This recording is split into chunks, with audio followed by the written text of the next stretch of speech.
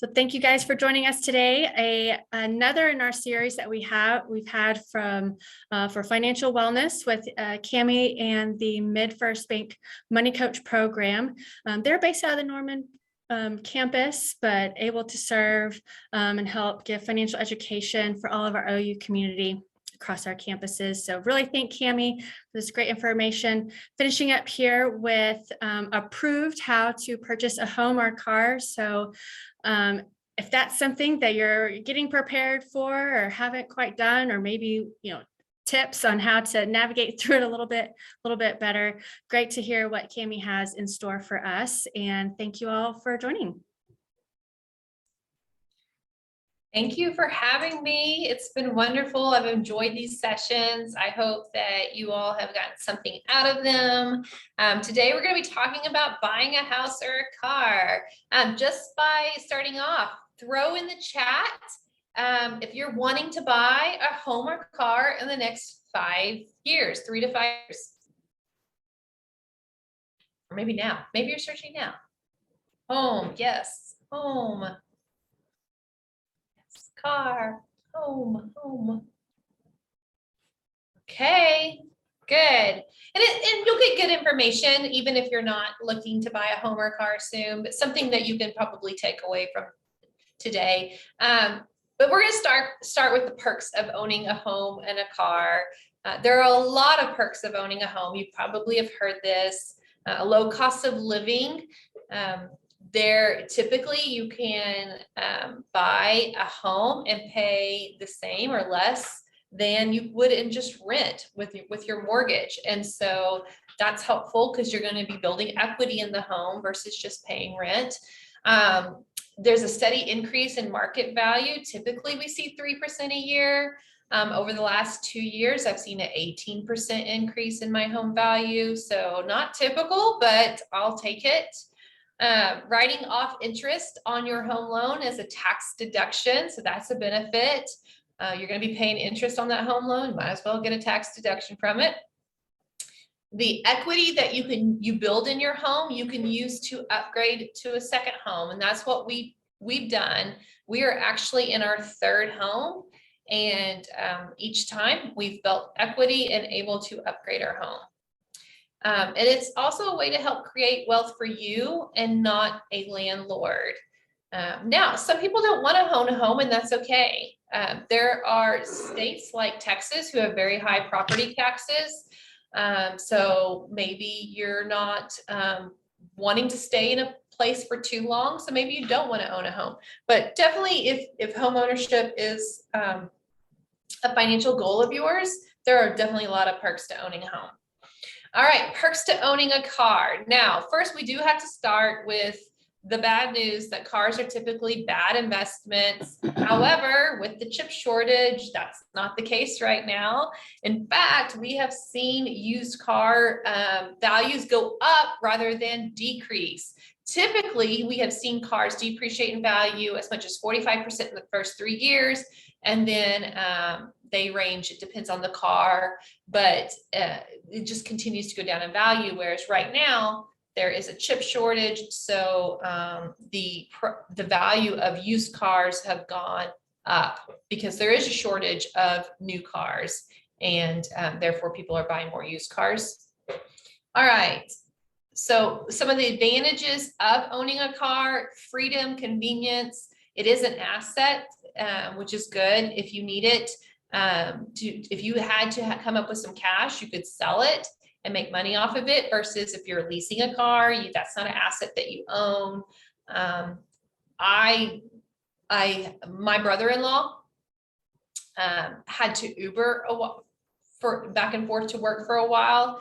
And once he finally saved up enough for a car, he understood really that freedom and convenience of owning a car and being able to go to the grocery store whenever you need to, or getting to work whenever you need to. So you really don't understand that advantage until you've been at the disadvantage of not owning a car, being at the mercy of everyone else, right? Okay, so we're going to go over the 4 steps to home or car purchase. We're going to start with budgeting, because you need to know how much you have to spend on your home or car. We're going to be talking a lot about financing.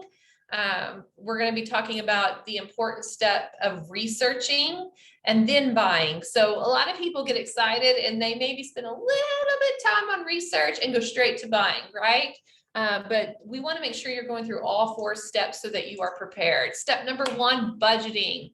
Always budget before you buy something, just to make sure that you can afford it. We always tell everyone that literacy to have a budget in place. Step 1 should be saving each month for emergencies. If you own a home or a car, something's always going to be going wrong. You need to be able to spend less than you make and save at least 10% of your net income each month to go to an emergency fund. Financial experts will say 10 to 20% of net income should be going to a savings account. And then you'll want to pay your needs, and then you can spend your leftover money on your wants. There's a lot of people that follow this 50-30-20 rule when it comes to budgeting out their money. You don't have to stick to this rule, but if you're trying to figure out what you can afford, it might help you to look at not just this 50-30-20 rule, but going deeper into the different categories of spending. All right.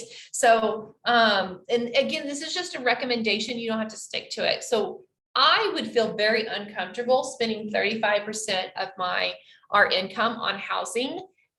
We don't want to spend that much, but we're also okay with spending more in other areas. I have 2 teenagers, so our insurance is high. Our recreation category is high because of their competitive sports. So you have to figure out what's best for you. This is just one recommendation. I actually took this recommendation and created an Excel spreadsheet. If you are not on your phone and you want to pull up the Excel spreadsheet, it's so that you can utilize it. If you are on your phone and you can't pull it up, I just went ahead and dropped the Excel sheet in the chat. But this is what it looks like.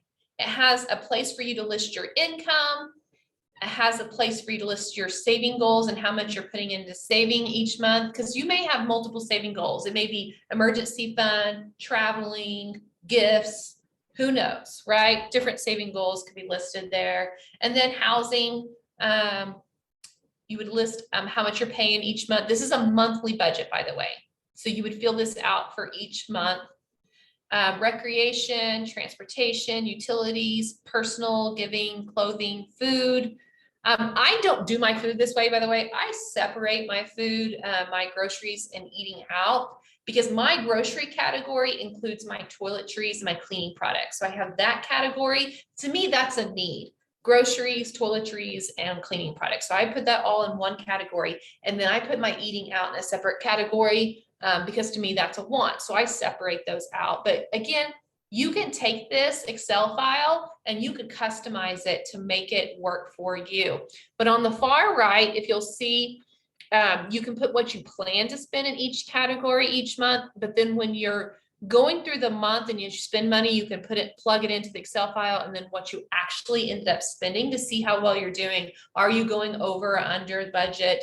And do you need to make adjustments? So just an Excel file if you want to use it. There are apps out there that can help you budget, but we're going to keep moving on because we're not going to spend too much time on budgeting today. I want to spend more of the time on the other categories. So let's say you set up your budget and you know you have $550 to spend on a car. Which car payment would best fit your budget? Car A, car B, or car C?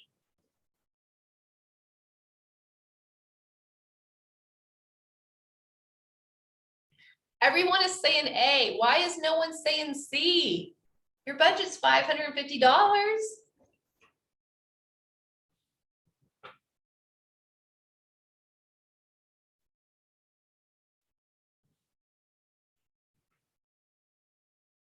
Yes, insurance, gas, can't max out the budget in one go. There are other things that are going to come up, right? That's right. I don't want to spend a lot on my car either. I paid off my car in 2018 and I'm going to keep driving that car until the wheels fall off, I swear. But there are a lot of other expenses involved with a car, like insurance, gasoline, maintenance, your yearly tag, right? So much other things are involved. And so this is why it's so important for us to budget, because we need to be able to afford all of it. You don't want to spend $500 on a car payment and just, and $500 on a car payment and don't have the money to put in gas. What's the point of paying a car payment if you can't drive anywhere? Leslie, oh my goodness, 24 years old. So we did drive one car 15 years and they told us to fix it, it was going to be almost as what the value was. So at that point we gave up. So I was pretty impressed with our 15 years old. 24 years old. I just want to take a moment to say, wow, what kind of car is it?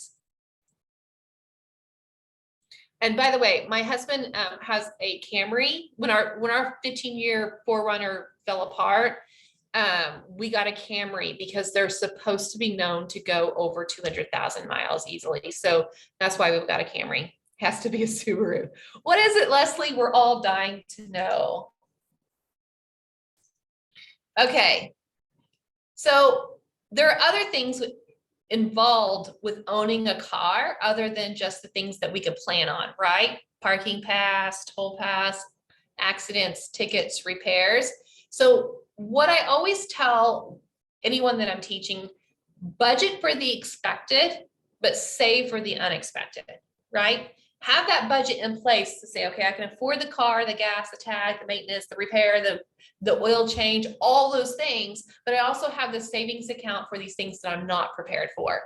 My car is a good girl and you will never know what you're going to get, even if you buy new, right? Saturn. Good. Okay. Well, I'm so happy that your Saturn has lasted you 24 years. Hats off to her.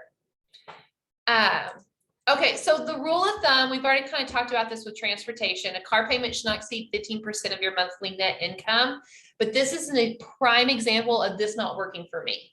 I'm not spending 15% of my income on my car payment, okay?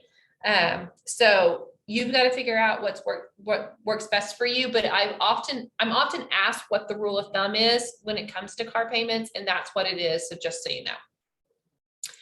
And when I'm talking about budgeting, I'm talking about budgeting your net income after taxes, your take-home pay, not your gross income, okay? For most of the time when we talk about budgeting, we're talking about net income.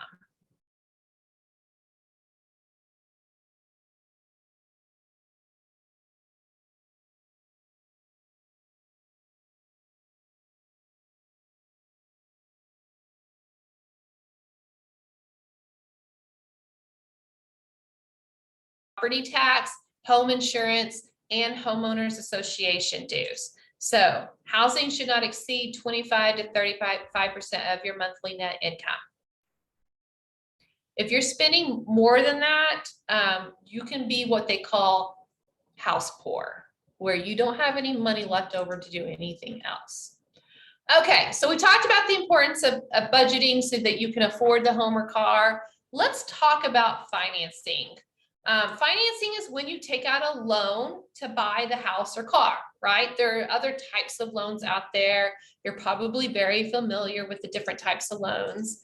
But you have different options when it comes to financing. First of all, there are many people out there that save up cash and don't finance their car, typically because cars go down in value. And with paying interest on it, it may not be a good deal, right? So there are a lot of people that will save up cash. We've done this with my kids. We started saving for their cars when they were 2 and 4. They've put money in on it. So when my son was 15 and a half, we got him a truck and we paid cash. My daughter's now 14 and a half. And the money right now is, most of it's tied up in a certificate of deposit, which gives a little bit higher interest rate than just a regular savings account. But we also have a savings account that we keep adding to as well. So we'll take that money when she's 15 and a half and buy her a car, and we'll pay cash. So that's definitely an option. The best thing to do is to get pre-approved rather than just walking into a dealership and being financed with the dealer. Hear me out on this. Okay, if you get pre-approved, you know exactly what you're approved for as far as interest rate, and you know what you can afford. If you know what your interest rate is and what term it is, so let's say a 5-year loan at a 2% interest rate, you can figure out what your monthly payment's going to be and what you can afford. If you're just walking into the dealer, they're going to pull your credit and they're going to tell you what the interest rate is that you're offered. Now, so if you have really good credit, you might be offered a 0% interest loan through the dealer. And if that's the case, that's pretty cool. I would say go for it. If you're wanting to buy a brand new car, now remember, buying a brand new car is not necessarily a great deal because it goes down in value so much.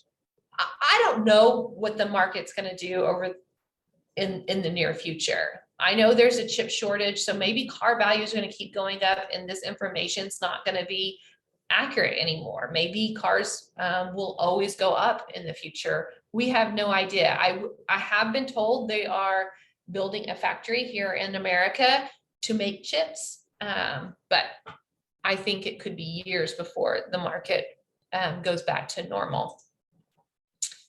You definitely need to get pre-approved for a home. Actually, a realtor won't let you typically look at homes or you definitely can't make an offer on a home unless you've been pre-approved. But again, this is so important for you to get pre-approved so you know exactly how much you can afford. And just so you know, if a financial institution says, hey, you've been pre-approved for this amount, that may not be the amount that you want to spend.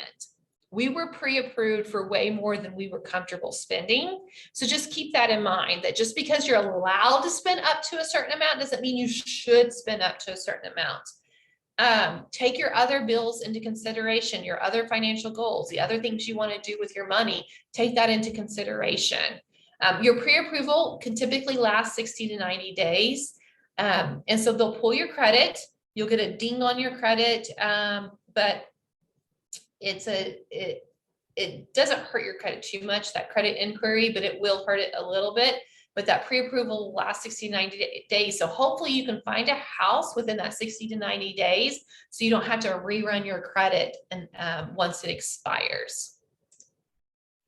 When you get a home loan, it's going to include how much you're borrowing to pay for the house, plus the interest, right? You have to pay back the interest. Over the course of the loan, as time goes on, at the very beginning of it, you're paying a lot more towards the interest than the principal. But as time goes on, you start paying more towards the principal and less towards the interest.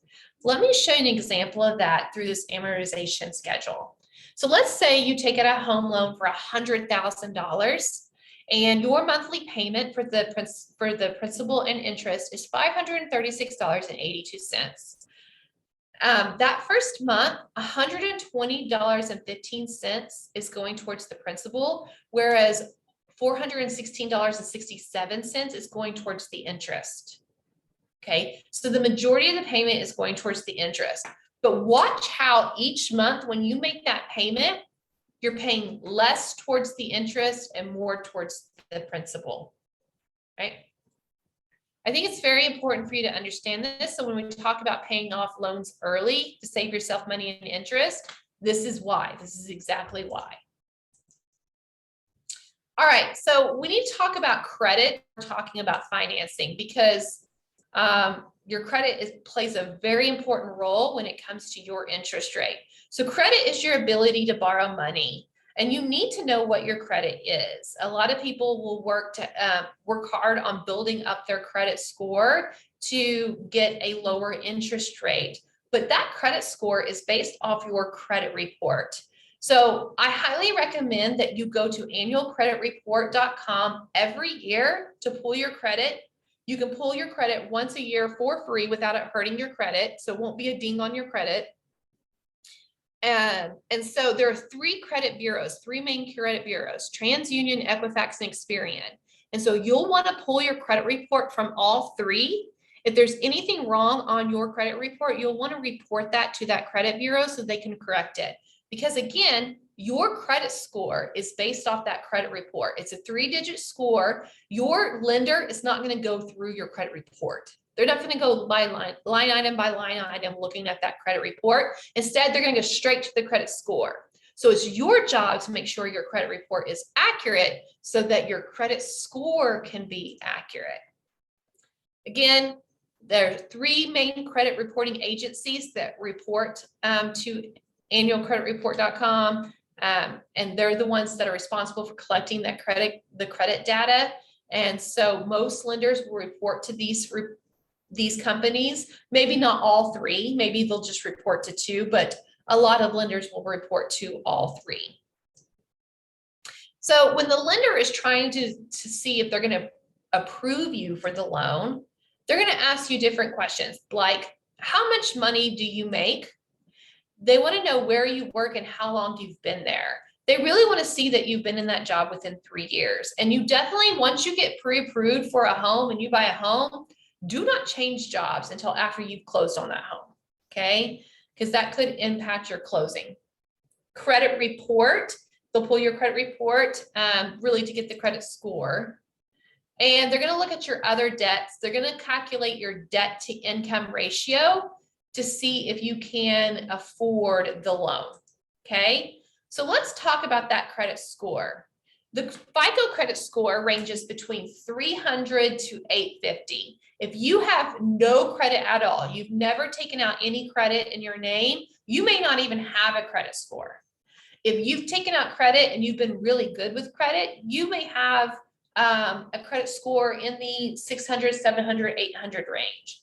If you've taken out credit and you've been not great with your credit, you maybe haven't made your payments on time, you missed payments, but sent to collections or even filed bankruptcy, you would be on the lower end of the range, okay? So different lenders are going to look for different scores. Some may say, okay, we need you to have a 720 or higher to get that better interest rate.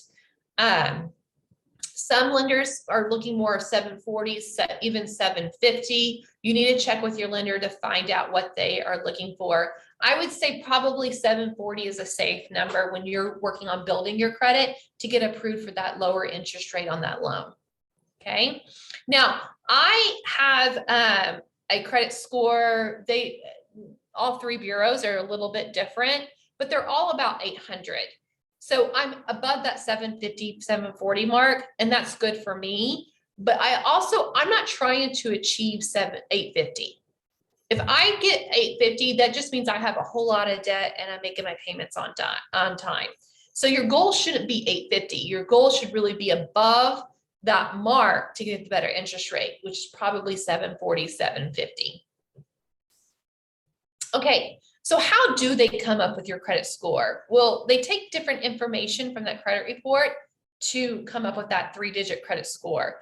35% of it comes from your payment history. This is why it's so important to make your payments on time. Late or missed payments stay on your credit report for 7 years. So if you're trying to build your credit, make sure you're making every payment on time and you're not missing payments. 30% of your FICO credit score comes from your amounts owed. What do I mean by that? Well, so when you get approved for a loan, they let you know how much you get approved for. So let's talk about like a credit card. Revolving credit is what a credit card is. And let's say you got approved for a $900 limit on your credit card. They look at how much do you owe on that credit card as part of this calculation. This is why we tell people, if you're trying to build credit, you will want to keep your credit cards below the 30% balance of what your limit is. So if you have a $900 limit, you don't want to charge more than $300 each month on your credit card. Okay. If you have a car loan, it's hard to keep that car loan balance down. So it doesn't really work with installment loans like that. But with revolving credit, you can try to keep that balance below 30% and help this category. Length of credit history. This is where it helps to be old like me, where I've had loans out for a really long time. We just moved in November of, we moved November 2020, but before that we were in our home for 16 years. So that length of credit history was fantastic. But once that loan closed, guess what? It hurt me a little bit, but not too much. No worries, because I got new credit. I opened up a new home loan, so it didn't really hurt me that much. And at this point, I got my home loan, so I don't really need to worry about my credit score too much at this point. So when you get approved for a credit card, you get approved for a car loan, it's called new credit, and that helps you. 10% of your FICO credit score comes from types of credit used. This is where it's helpful to have different types of credit. It does not help you to have 5 credit cards open. Okay. For me, I'm what they considered well-rounded. I have a car loan, which, by the way, our car loan was a 0% interest loan because of our good credit score. So yay for that. We have a car loan. We have a home loan. And again, because of our good credit score, we got a low interest rate. We got a 2.375% interest rate on our home loan. So again, woo, woo. When you're an adult, that feels like winning, right? To me, that's like the biggest win. Okay, and then we have a credit card. We pay off our credit card in full each month. So I have 3 different types of credit, right? Home loan, car loan, credit card. I'm well balanced, different types of credit used. So it doesn't really help you to have 5 credit cards. You don't really need that to build credit. I want to pause before we move on to see if anyone has any questions. Oh, a question came in.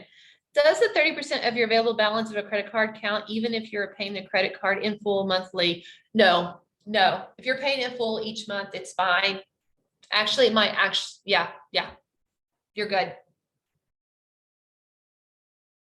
It's only for the ones carrying a balance. Any other questions? Because I know I've already thrown a lot of information at you. You're welcome. Okay. I want to talk about debt to income ratio. Your lender is going to calculate the debt to income ratio to figure out what you can afford, right? So they're going to take your total monthly debt payments and divide that by your total monthly income. They want that debt to income ratio to be less than 36% if it's including a mortgage and less than 20% if it's excluding a mortgage. Okay, so maybe you're applying for a car loan and you don't have a home loan. Okay, but always consider your other bills. Maybe you have student loans that are in deferment that aren't being calculated into your debt to income ratio. Maybe you pay child support. Maybe your giving category and your spending is high and you want to be able to do that, and so you want to be able to afford to give generously. Who knows? Consider your other bills. Yes, a lender is going to calculate your debt to income ratio to see if they approve you for a line of credit. But again, just because they approve you for that line of credit doesn't mean you can actually afford it. I think that's one of Dave Ramsey's things that he says. Just because you were approved doesn't mean you can afford it. Just because you can make the payment. I think that's what he says. Just because you can make the payment doesn't mean you can afford it. So let's calculate a debt to income ratio or figure out what payment you can afford for a car loan. Let's say you're trying to get approved for a car loan and you don't have a mortgage. So you're trying to stay under that 20% debt to income ratio. You already have $100 a month student loan payment and your monthly income is $2,000 take home pay. $2,000 a month take home pay. You pay $100 for student loan debt. That's your only debt. And you're wanting to get a car. Which car payment can you afford to stay under that 20% mark? So again, it's your total monthly debt divided by your total monthly income.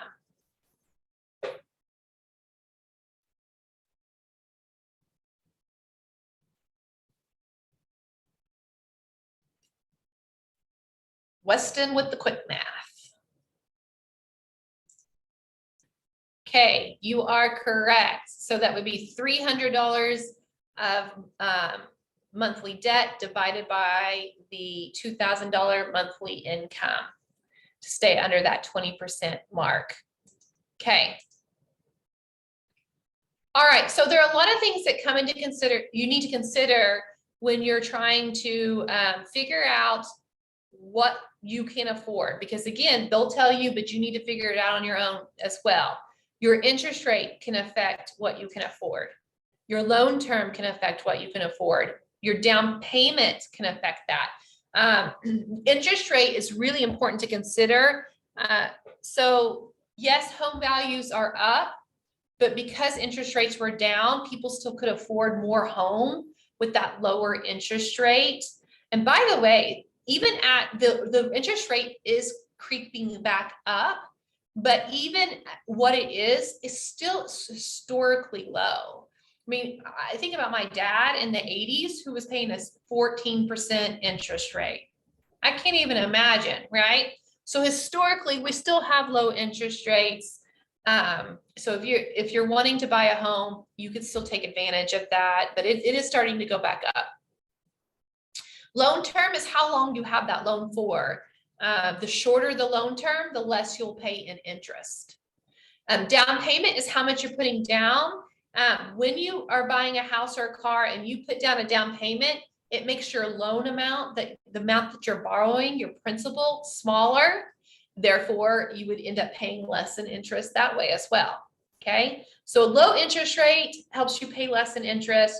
A shorter loan term helps you pay less in interest. A larger down payment helps you pay less in interest. And this is what those car dealerships, the car salesmen will do. They'll say, okay, what can you afford?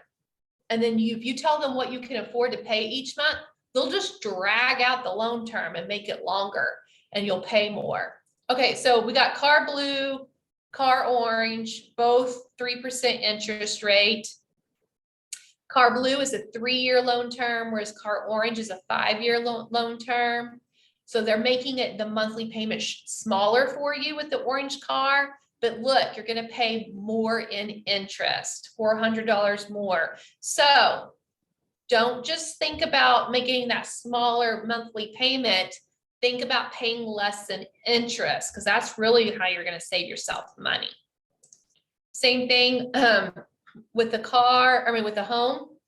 I told you a bigger down payment saves you money, less in interest. Okay, so house orange, house blue, both $150,000 home with a 5% interest rate. Let's say you're buying the orange house and you're putting a 20% down, so you're putting down $30,000. So that means you're financing $120,000. Whereas your friend didn't come to this session and they didn't learn this importance of putting a big down payment, and they only put 5% down, they have to finance more. So their monthly payment is higher and they're going to pay more in interest. In this example, of $20,000 more in interest. But that's not all. Because you don't have 20% down as a down payment, you now have to pay what they call private mortgage insurance, or PMI. And they'll just add that until you can have PMI removed once you hit the 20% equity mark in your home, but they won't remove that automatically. You have to call them and say, hey, I've met the 20% equity mark in my home. I want to have PMI removed, and then they'll talk you through the steps of getting that removed. But basically, you're going to be paying extra because you didn't put 20% down. So it costs you more in interest and it costs you more in PMI payments. So try to save down 20%. Try to save 20% for a down payment. This is another example of that shorter loan term that we did with the car. I should have flip-flopped these two. So a shorter loan term saves you money because you're going to pay less in interest. Same $150,000 home at 5% interest. They both had a 20% down payment, but the orange home, they financed it for 30 years, whereas the blue home, they financed it for 15 years. It saved them more than half in interest. This is why, I don't know if any of you are Dave Ramsey followers, but he's very adamant about 15-year mortgages, and this is why. And 20-year mortgages exist, but they're less popular. The most popular is 30-year mortgages. That's what most people do. But Dave Ramsey, you know, he's all about getting out of debt and saving, paying less in interest so you can invest more. So that's what he talks about. Okay, before we go into researching, that was my last thing about financing. Are there any questions about the financing before we go into researching? Hey, Cami, quick question. Yes. So between the 30-year and 15-year notes, now what if you went ahead and selected a 30-year note, but with the intention of whenever you can paying more on it to shorten it? Do you have any input on pros and cons doing it that route? What do you think? I have an example of that at the end, towards the end of this presentation, but that's what we did on our 16-year or the last 16 years at our old house. We made extra payments and we set it up where on the day that our mortgage was drafted out of our account, that extra payment was automatically drafted. And so if something happened, an emergency happened and we wanted to cancel it, we could call and cancel it. So we're not locked in. The benefit of the 15-year mortgage is you are typically pre-approved for a lower interest rate than the 30-year mortgage. So if you can commit to it, it saves you money that way. But if you don't want to commit to it, which we didn't either, we did the 30-year mortgage and we just made extra payments. And that's why we have so much equity in this home. We're like 40% equity in this home because of that. My dad did that. Back then, the 14% interest rate really inspired you to make extra payments. So he was able to pay his house off in 8 years, making extra payments. So it can save you money, but I'm going to go over the con of that when I go over that example later, because I'm going to tell you why we're not making the extra payments at this new house. We'll get to that later. Larger down payment will help save money on interest for car loan as well, right? Yes, because you're financing less. You're borrowing less in the loan, so you're paying less in interest. Absolutely, good. Okay, let's quickly go through researching because I think people typically want to research. Some people want to research more than others. Some people love the research phase. I actually love it. Some people just want to bypass it and buy the car. I like to get a good deal and make sure that I'm getting the best bang for my buck, so I like researching.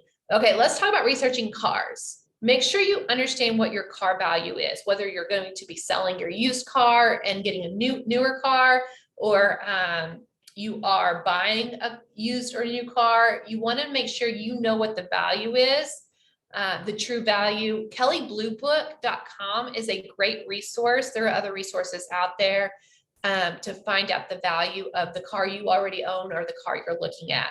Make sure you look at features. What's important to you? Maybe you don't have a family now, but you're going to want a family in the future. So you go ahead and buy a larger car now so that you don't have to go through this process again later on. Average maintenance cost. This is so important. So when my husband and I were younger, pre-children, we bought a Mercedes, and it was the cheapest Mercedes they sold, but we had a Mercedes, right? So cool of us. And then we realized once we paid off the car and we had to start paying for maintenance, that owning a Mercedes wasn't that cool because they had higher maintenance costs. So my husband, that 4Runner we had for 15 years, we kept it for 15 years because of the low maintenance costs, but we got rid of that Mercedes. We're like, nah, got to get rid of that. So maintenance cost is very important. Mileage is important. Again, we went with the Camry because it's more likely to last over 200,000 miles. So, you got to know what your financial goals, how long are you going to want this car? We take that into consideration, definitely. Insurance. There are some colors of cars that you automatically are going to pay higher in interest. Car value. I want to go back to car value. I didn't say this. Some cars hold their value better than others. For example, trucks tend to hold their value better than, I just went blank, what I have, an SUV. So take that into consideration as well. Very quickly, I want to go over the difference between a new car and a used car. So a new car, yes, can be more reliable because you know, with a used car, you don't know what it's been through. With a new car, you're hoping there's not any problems. Of course, there are things called lemons, where they can be a brand new car and have a lot of problems. New cars typically are a lot more expensive than used cars. I had a friend that we did the math. She was being offered this newer car at this lower interest rate and this used car at a higher interest rate. And we did the math, and she would save money by buying the used car at the higher interest rate. So make sure you're not just looking at, you know, the cargo space and the value and all of that, but also do the math of what interest rate you're being offered at the value of that car. New cars typically provide warranty coverage. So this is what we did with our Camry. We knew buying a brand new car off the lot, we were going to automatically lose money. We were okay with that because of two reasons. One, it's covered for the first however many years, however many miles. And two, we plan on driving that car for 15, 20 years, right? So we're not worried about the short-term losing value because it's a long-term investment for us. If you're the type of person that's going to be upgrading a lot, maybe I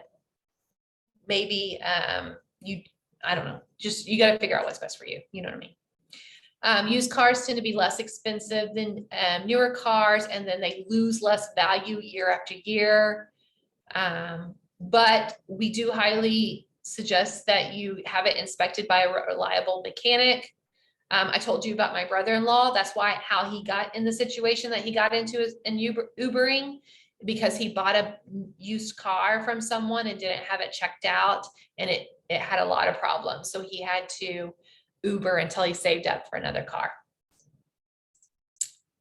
Okay, leasing very quickly. I don't want to spend a lot of time on this.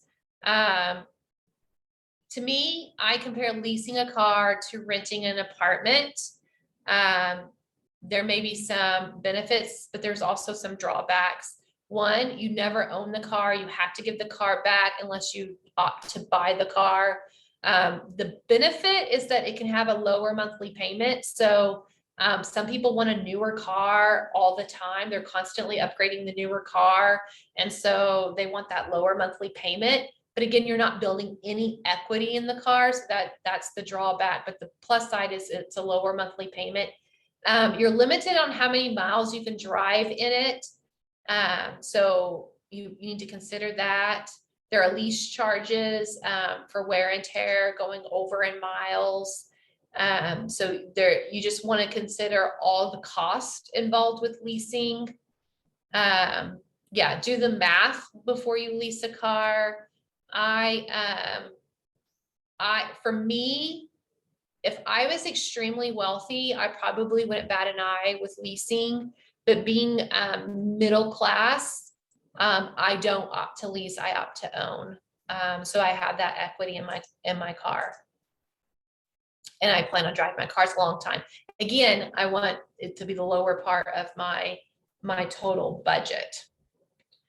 Again, do your research on what your current car is. If you're going to trade it in, look at that Kelley Blue Book, other resources to know what it is. And then also take a test drive of any car that you're looking at buying.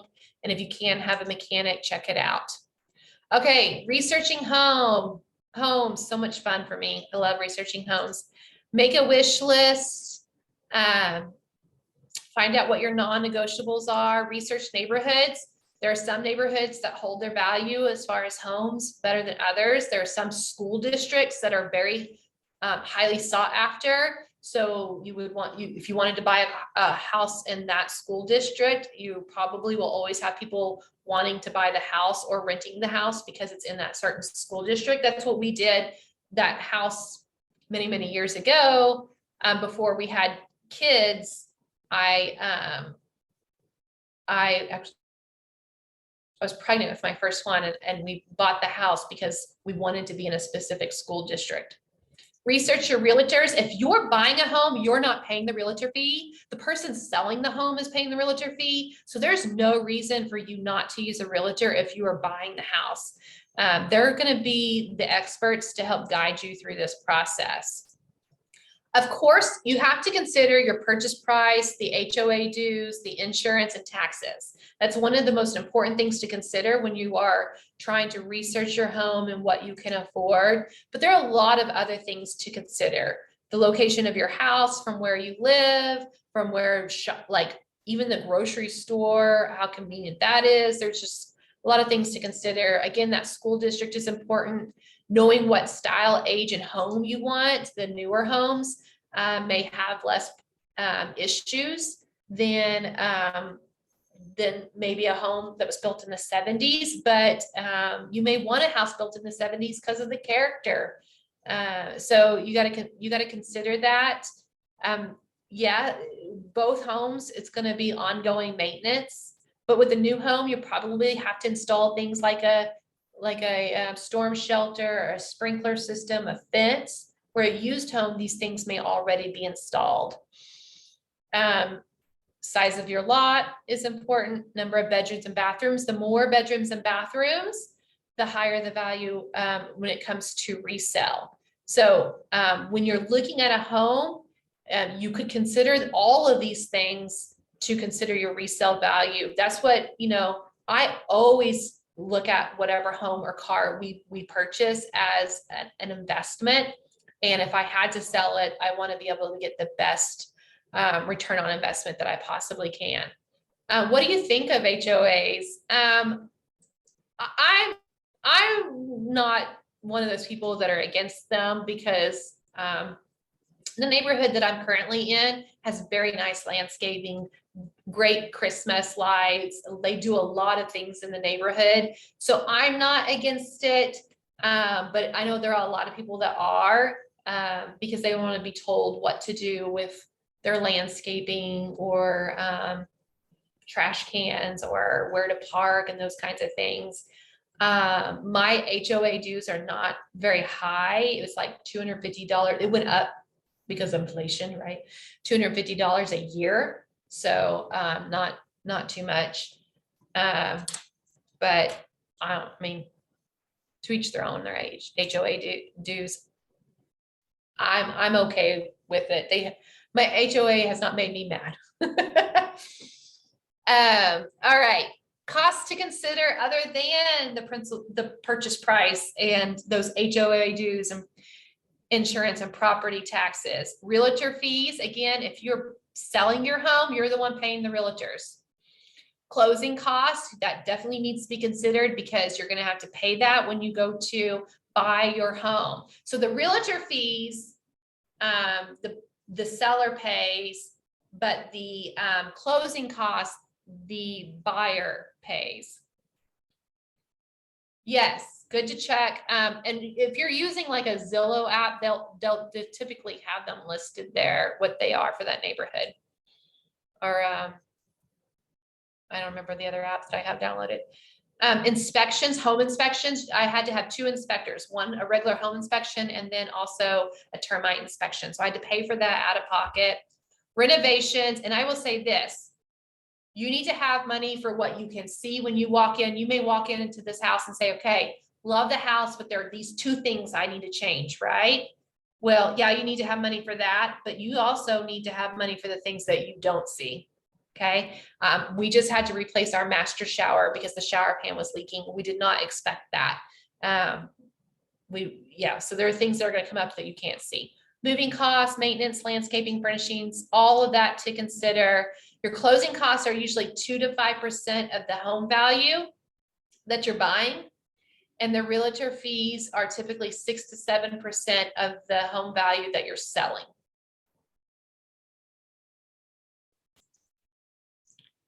Okay, there are lots of things to negotiate, whether you're negotiating on a car or the home. Don't be afraid to negotiate. With this market and the home market, it's kind of hard to negotiate right now.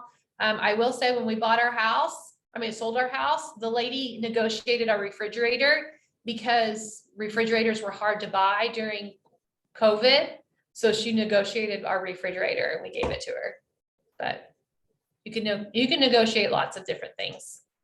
Your realtor can help you with that as well. Just don't make sure no one's putting pressure on you. You don't want the realtor, you don't want to feel guilty and say, oh, I've had this realtor show me 5 houses, I need to buy something. No, that's their job. Don't let anyone put any pressure on you. Know what's in your contract. It is a legal binding contract. When you make an offer on a house, that is a contract. Make sure you purchase home and auto insurance.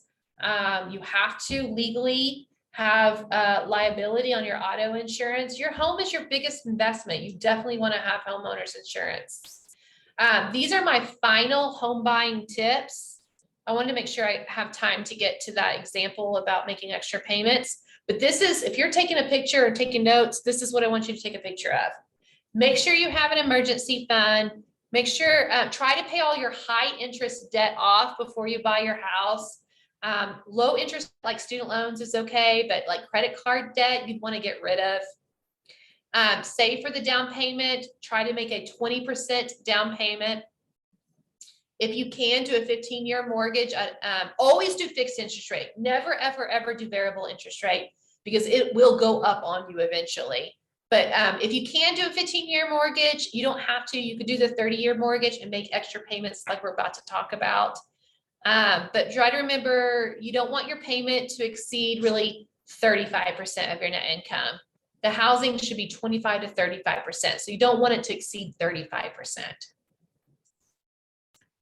Okay, make every payment on time. And if you can, make extra payments. So this is what I wanted to show you. Let's say you bought a $100,000 home at 5%, 30-year mortgage. You didn't want to commit to the 15-year term. That's 360 payments, and you're going to end up paying over $93,000 in interest. But let's say you just make an extra $100 a month each month towards that payment. You set it up like how I said, you on the day that your mortgage is drafted, you made an extra $100 a month. It brings you down to 256 payments. So you'll pay your house off early, and you'll only pay less than $63,000 in interest. So it's going to save you a ton of money in interest. Okay. But I want you to consider what the market is doing. So I told you I did this. I made extra payments with my house for the last 16 years, but I'm not doing it with this house. The reason why we are not doing it with this house is because our interest rate is so low, 2.375. We know that we're going to get a higher rate of return on our investments. So that extra money that we were throwing towards a house payment is going through to investments, because we're getting a higher rate of return on that than what we're paying in interest on our home. But we also built, we have a good size, we have a good amount of equity in our home too that we're pleased with. So yes, you can make extra payments. It can save you a lot of money in interest, but consider what your interest rate is on your home versus what the market is doing. Maybe you want to make extra payment. Maybe you want to invest more. Sorry. But yeah, it saves you a lot of money in interest. Okay. Whew. I started going through kind of quickly at the end because I wanted to get through everything, and I wanted to leave plenty of time for questions. Do you have any questions for me? You did a great job of asking questions throughout it, but unmute yourself if you want to.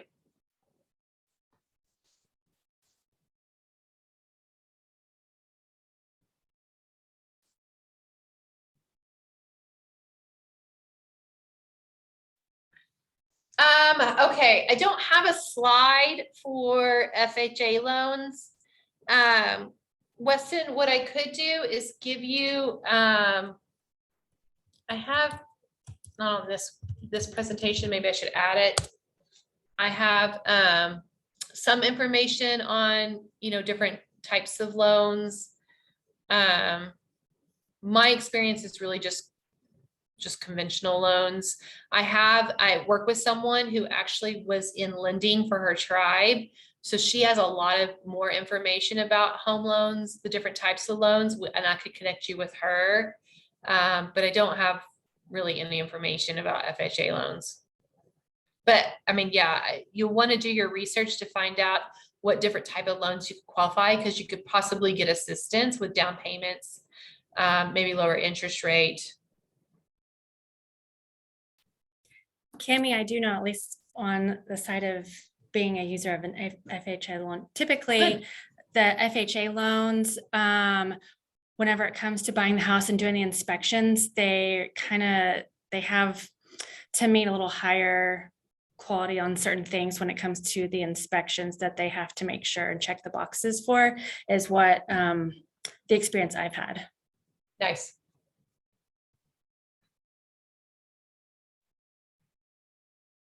But Weston, I can get you hooked up with Sarah too, if you wanted to.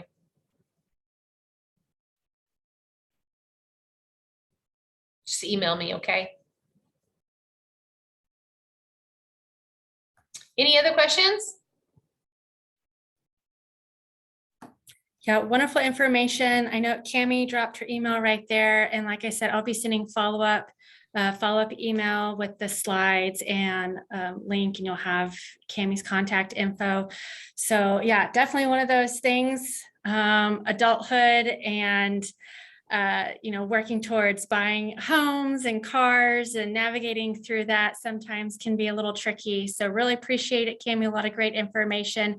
Certainly, also like you're saying with your teenager stuff, great stuff to share, then to go back and share with teenagers on preparing to buy a car and all of that good stuff. So wonderful things, and really appreciate it. So thank you guys for joining us, and hope you can join us again.